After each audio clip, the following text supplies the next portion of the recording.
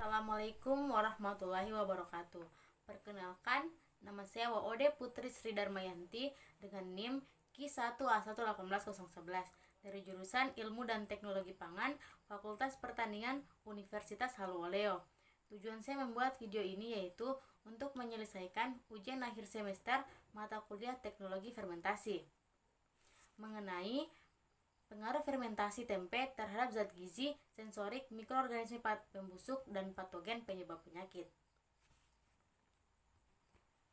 Materi-materi yang akan saya bahas, yang pertama, pengertian tempe, proses metabolisme pada tempe, zat gizi pada tempe, sensorik pada tempe, dan mikroorganisme pembusuk dan atau patogen pada tempe.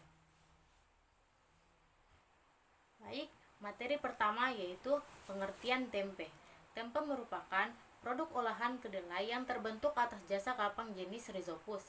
Melalui proses fermentasi, tempe umumnya dibuat secara tradisional dan merupakan sumber protein nabati. Banyak perubahan yang terjadi selama proses fermentasi kedelai menjadi tempe, baik yang menyangkut perubahan fisik, biokimia, dan mikrobiologi yang semuanya berdampak menguntungkan terhadap sumbangan gizi dan kesehatan. Selanjutnya, proses metabolisme pada tempe. Tempe berbahan dasar kedelai mengandung banyak protein. Protein dipecah menjadi asam amino larut air oleh enzim protease. Pada kedelai juga banyak mengandung karbohidrat. Karbohidrat ini dipecah menjadi glukosa oleh enzim amilase. Selanjutnya, terjadi proses glikolisis oleh asam pirufat sehingga menghasilkan asetil CoA, TCA, dan energi yang kemudian digunakan untuk pertumbuhan bakteri. Zat gizi pada tempe. Tempe yang bermutu tinggi pasti mempunyai kandungan gizi yang tinggi seperti protein, lemak, karbohidrat, dan vitamin. Komposisi gizi tempe, baik kadar protein, lemak, dan karbohidratnya tidak banyak berubah dibandingkan kedelai.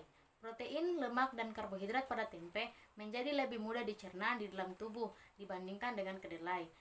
Hal ini karena selama proses fermentasi terjadi penguraian dan penyederhanaan komponen-komponen yang terdapat pada kedelai menjadi lebih kecil dan sederhana. Perubahan tersebut dikatalis oleh enzim yang diproduksi oleh kapang.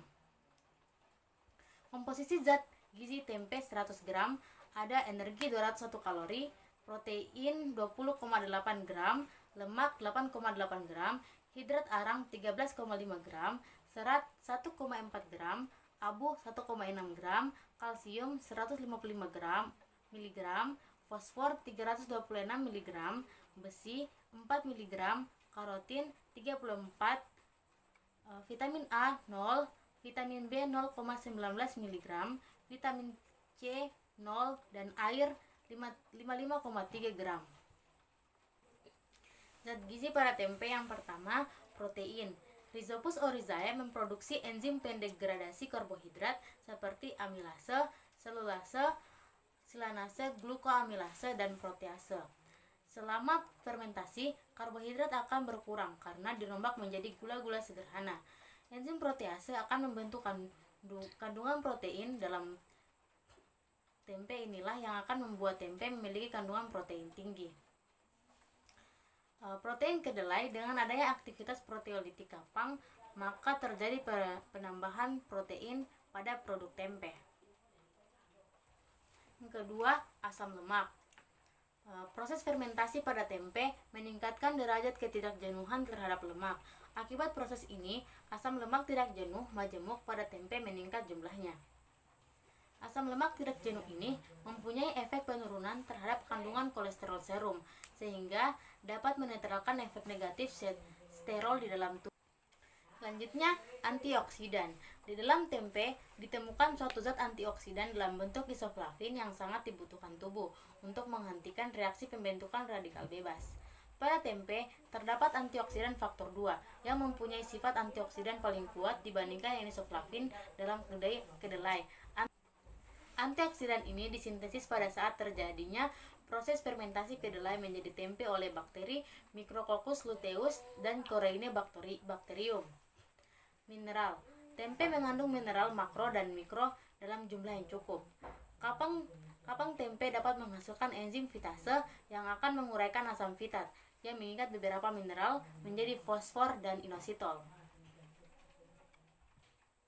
Dengan terurainya asam fitat, mineral-mineral tertentu seperti besi, kalsium, magnesium, dan zinc menjadi lebih tersedia untuk dimanfaatkan tubuh. Sensorik pada tempe, warna, tekstur, dan flavor. Tempe mempunyai ciri-ciri warna putih, tekstur kompak, dan flavor spesifik. Warna putih disebabkan adanya miselia jamur yang tumbuh pada permukaan biji kedelai. Tekstur kompak pada tempe disebabkan oleh miselia jamur yang menghubungkan antara biji-biji kedelai tersebut. Terjadinya degradasi komponen-komponen dalam kedelai dapat menyebabkan terbentuknya flavor spesifik setelah fermentasi. Selanjutnya, bakteri pembusuk dan patogen pada tempe. Pertama, bakteri pembusuk. Standar tempe yang baik harus memiliki karakteristik yang baik dan tidak ada kontaminan dalam tempe. Higienitas sangat penting dalam proses fermentasi tempe karena akan mempengaruhi hasil produk. Kontaminan bakteri E. coli terjadi karena permukaan biji kedelai yang kurang kering akibat proses penirisan yang kurang tuntas. Hal ini menyebabkan kadar air menjadi tinggi sehingga proses fermentasi akan terganggu. Fermentasi yang terganggu akan menyebabkan terhambatnya pertumbuhan kapang dan menstimulasi pertumbuhan bakteri kontaminan yang dapat menyebabkan pembusukan sehingga mempengaruhi produk tempe. Bakteri patogen. Bahan baku tempe dapat terkontaminasi bakteri saat proses pembuatan. Adanya kontaminasi akan mengurangi kualitas tempe karena kontaminan ikut tumbuh, sehingga dapat menimbulkan penyakit dan membuat tempe cepat busuk. Bakteri yang biasa mengkontaminasi produk makanan adalah coliform dan salmonella. Mikroba coliform dan salmonella dalam jumlah berlebih dapat menurunkan kualitas produk tempe dan membahayakan konsumen karena dapat menimbulkan infeksi akibat toksin yang dihasilkan. Dengan keberadaan bakteri coliform dapat menyebabkan diare hingga muntaber, sedangkan salmonella menyebabkan tipes.